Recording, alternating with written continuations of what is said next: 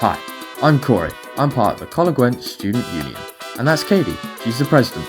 Today, I'm here to show you around the Coleg Gwent Open Evening. This is the atrium, where you can eat, study, chill, and sleep, if you really want to. This is Liv.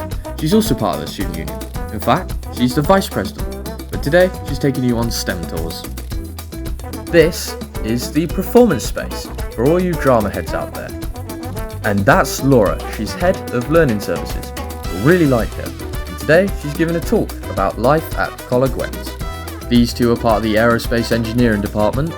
This is where you can scoff food and socialise while scoffing. This is one of our computer pods. They're in B and C block, where you can do anything you need, even eat.